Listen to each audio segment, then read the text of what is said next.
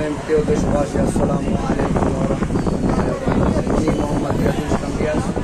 আপনাদের Facebook, YouTube বিভিন্ন চ্যানেলে ইদানিং অনেকে দেখেছে, অনেকে দেখতে পারে নাই।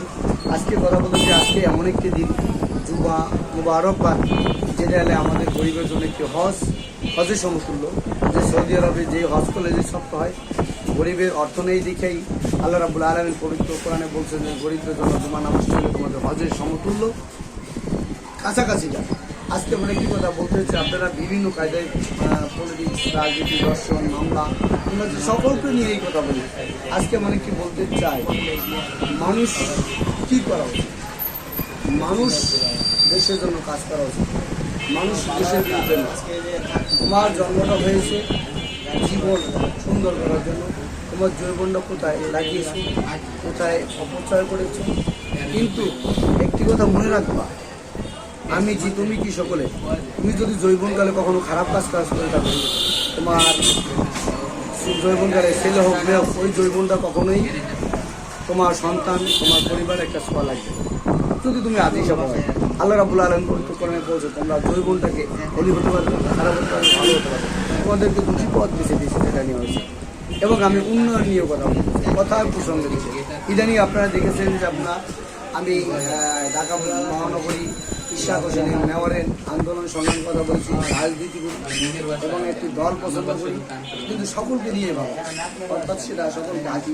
একটা মানুষ মরে যায়, সিঁড়ি থেকে মানুষকে ভালোবাসে, সেটা একটি কথা। অনেকে বাজে প্রমাণ করে কি বলে, আসুন আমার জায়গায় কয়জন কথা বলতে পারে, কতজন বলে আল্লাহ রাব্বুল আলামিন কথা, হিরো আলমের মতো হিরো আলমের যোগ্যতা কথা বলা, এটা আল্লাহ রাব্বুল আলামিনের কাজ।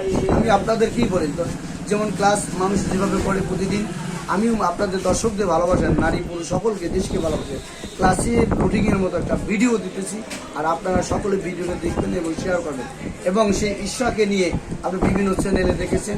আমরা বলতে চাই, ভালো কাজ করেন। আমাদের পৃথিবীতে 5টি লোক, একটি ভালো মা, ভালো বাবা, ভালো সন্তান, ভালো শ্বশুর শাশুড়ি, স্ত্রী থেকে যা বাবার কাছের নিয়ে করে যারা, তাহলে এই সুন্দর দেশটাকে সাজানো এবং সৎ জীবনযাপন করা যায়। আর এরপর মা বাবার পরে যদি যে সঙ্গিনী হয়, সে যদি সৎ থাকে, তাহলে সবসময় সুন্দর জীবন করা যায়। একটা স্ত্রী পারে স্বামীকে সুন্দর জীবন করতে, আর এই একটা যদি স্ত্রী লোভী হয়, সকলে যত বড়ই স্বামী ভালো থাকবে কখনোই সম্ভব না। দর্শক, এখন বলতে পারেন আমিও সৎ, আমার পরিবারে সৎ, আমার স্ত্রীকেও সৎ হয়েছে। আল্লাহ বলছে তুমি যেমন তোমাকে তেমনি মিলিয়ে দেবো, এটা সবসময় বলা কথা।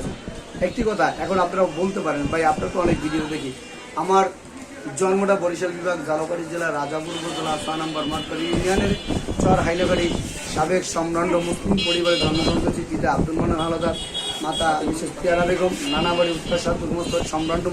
যদি 100 পরিবারের ভিতর থেকে আমরা 10 নম্বরে, বাবার পান যা কন। এবং আরেকটি কথা বলে, আজকে উন্নয়ন নিয়ে দেশ রাষ্ট্র অতি তাড়াতাড়ি কীভাবে ভালো চলবে, কীভাবে ভালো চলা দরকার, সেটিকে নিয়েই আসলে কথা উচিত। আমার এমন একটি জায়গায়, রাজাপুর উপজেলা, 6 নম্বর মাঠবাড়ি ইউনিয়ন, আমার বাড়ি পাটরা বনিয়া থেকে চর হাইলাকাঠি একটা প্রাইমারি স্কুল আছে, ওইখান থেকে মুফতি কবিরাজের বাড়ি থেকে আমাদের পারিবারিক একটা জামে মসজিদ আছে, হাওলাদার বাড়ি জামে মসজিদ অবস্থান। এখানে এই রাস্তাটি খুবই হাল, যেখানে আমার জন্ম হয়েছে এবং আমি লেখাপড়াটা করছি সেই সাতপুর গোমস্তাবাড়ি দক্ষিণ সাতপুরি প্রাথমিক বিদ্যালয় এবং উত্তর সাতপুর সিনিয়র মাদ্রাসায় এবং কলেজও গিয়েছি ইনশাল্লাহ। এবং ঢাকা মহানগর খিলগাঁও দক্ষিণ গুরানি বসবাস করি, শান্তিপুরে, এবং সকলকে ভালোবাসে হাসি ঠাট্টা দিয়ে। আমরা চাই বাংলাদেশের একটি স্মার্ট ভালো কিছু হোক, ভালো দেশকে সুষ্ঠু পরিচালনা করুক, আর আমরা পাপ কাজ থেকে বিরত থাকি, ভালো কাজ সাফল্য করি, আর ভালো কাজের জন্য উৎসাহ দিই। বন্ধুগণ, সবাই কথা নেয়, আমি আপনারা যদি ডাকেন ফেসবুক, ইউটিউব বিভিন্ন চ্যানেলে কথা বলার আমার যোগ্যতা আছে, অভিনয় করার মতো আমার যোগ্যতা আছে, আই ক্যান টু চ্যালেঞ্জ। আপনারা আমাকে পরীক্ষা করেন, আমি পারবো। আপনারা আমার ভালোবাসেন, ভালো দেখেন, আমাকে ডাকবেন। আর এই আমার যারা ছোটো ভাইরা আছে সকলকেই, ওদেরকে ভালোবাসি, আসি সময় দিই। আসলে মানুষ মরে যায়, রয়ে যায় স্মৃতি, মানুষ কী করেছে সেটাই বড় কথা না। ভাব নিয়ে চললাম, কালকে চললাম, ওরাই আমার কাছের লোক, ওদেরকে বলি। আর আমি দর্শক, ধর্ম বর্ণ হিন্দু, লাকুম দিনুকুম বলিয়ে দিন, তোমার ধর্ম তুমি পালন করো, তার ধর্ম তার কোনো। কিন্তু বিধর্মীদেরকে বলি, তারাই আমাদের কিন্তু আঘাত করে, আমরা বিধর্মীকে আঘাত করি না। সেই প্রেক্ষাপটে আমরা সংগ্রামে করতে যেয়ে আমরা ইসলাম শান্তির বাড়ি, ইসলামের জন্য সুপথ দেখাই। বা এই একটা জীবন ব্যবস্থা নিয়ে আসছি। একটি কথা বোঝাতে চাই, আমরা কাউকে আঘাত করবো না, কেউ আমাদের আঘাত করবে না। আঘাত করলে আমরা প্রতি হামলা করবো। আমরা বিশ্বের শান্তি চাই, ভালো কল্যাণের জন্য কাজ করতে চাই আর ভালো থাকতে চাই। ইসলামের প্রতি গুরুত্ব দিন। আপনি স্কুল করেন, কলেজ করেন, ইঞ্জিনিয়ার, কলামিস্ট, চাকরি করেন, আপনার সমস্যা নেই, কিন্তু দয়া করবো আপনি নামাজ পড়েন, কোরআন পড়েন, হাদিস পড়েন, সেটি সমস্যা নাই।